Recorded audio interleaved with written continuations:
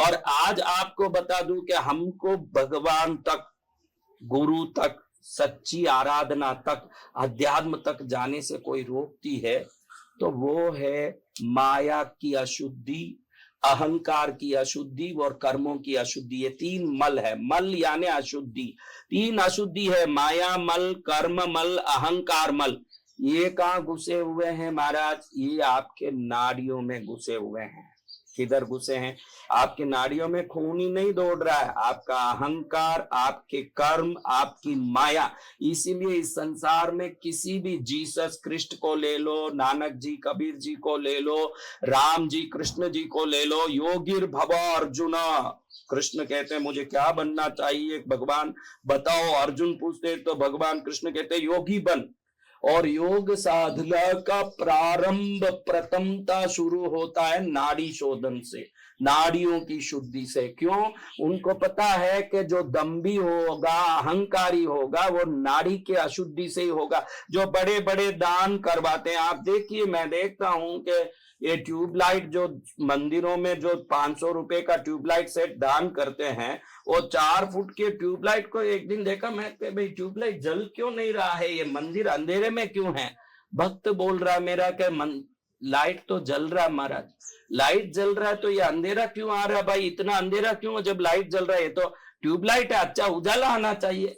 जाऊं देखूं तो दिखे के चुन्नी लाल बेटा मान लाल और बेटा संपत लाल, दादा पोता करम लाल, भीमन लाल, भेड़िया, और उदयपुर राजस्थान भारत विश्व का पूरा ट्यूबलाइट के ऊपर नाम लिखा हुआ। अभी इतना 4 फुट के ट्यूबलाइट में कोई 16 नाम लिखे कि वो नाम पेंट कर दिए ट्यूबलाइट के ऊपर, अब उजाला कहां से अंदर से आएगा?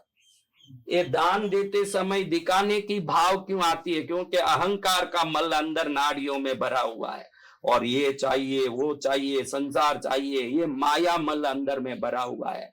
कभी जाएं तो सुख आता है, कभी जाएं तो कि ये धंधा करेंगे तो फायदा होगा, और उसी को करके बहुत बड़ा नुकसान हो गया। ये कैसे होता है? क्योंकि कर्म मल सता रहा है। कर्म मल, माया मल, अहंकार मल, ये जब तक रहेगा दुख आता रहेगा, ईगो बढ़ता रहेगा, और विभिन्न झूठी चीजें अच्छी लगती रहेगी। जिसको लगे कि संसार बहुत अच्छा है, समझना माया का चश्मा पहन के बैठा हुआ है। जिसने माया का चश्मा पहना है उसको संसार बहुत बढ़िया लगेगा, संसार की चीजें अच्छी लगेगी। भाई ए लाइए, जीन्स पैंट लाइए, टी शर्ट लाइए, कूलिंग ग्लास लाइए, हैट लाइए, शूट लाइए, कोट लाइए, पैंट लाइए।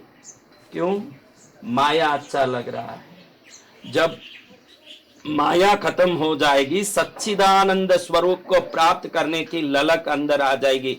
जिसमें सच्चिदानंद स्वरूप को प्राप्त करने की ललक आ गई है, वही गुरु को प्राप्त करने का अधिकारी है। आज से ये मत बोलना कि सच्चे गुरु नहीं मिलते, वो बोलना आपका काम नहीं है। मैं सच्चा शिष्य बनूं, प्रभु मुझे आशीर्वाद दो, ये प्रार्थना करना आपका काम है। और जिस दिन आप ये प्रार्थना करोगे, ईश्वर किसी व्यक्ति के रूप में, संदेश के रूप में, दृश्य के रूप में, क्रिया के रूप में, कोई भी रूप में, या ईश्वर स्वयं ही गुरु के रूप में आपको दिखेंगे। उनको पकड़ के आप तीर जाओगे। आपके लिए तीरने के लिए हजारों माध्यम ये ब्रह्मांडीय ऊर्जा बनाएगी, लेकिन तीरने का ललक आ गया तो काफी है। बाद में अयोग्यता और अज्ञानता मिटाना उस ललक की शक्ति का काम है जो आपको मिटाएगा। अब मैंने आपको बताया कि 3 चीजें हैं जो परेशान करती है, अहंकार मल, माया मल और कर्म मल।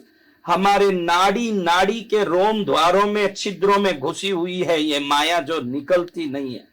सबको कहता हूं कि रोज कुछ करो मत करो, प्राणायाम जरूर करो, उसमें भी अनुलोम विलोम जरूर करो। क्योंकि हर माया, मेरी बेटी, मेरा बेटा, अरे कितने बेटे पैदा किए, कितने बेटियां पैदा की है, लाखों जन्मों में पैदा कर लिए, और लाखों जन्मों में पैदा करना, अभी उनके पीछे ही पड़े रो रहे हैं।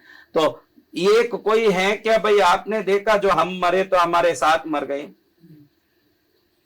तो साथ नहीं मरे वो हमारा साथी कैसे है? साथी तो वो है कि हमारे साथ रहने वाला। तो मरने के साथ भी रहने वाला वही साथी है, तो रहता नहीं वो कहीं का साथी हुआ? तो कोई साथी नहीं है, साथी वो है जो मरने के बाद भी होगा। तो इसके लिए हमको करना है सुबह में जल्दी उठने का अभ्यास।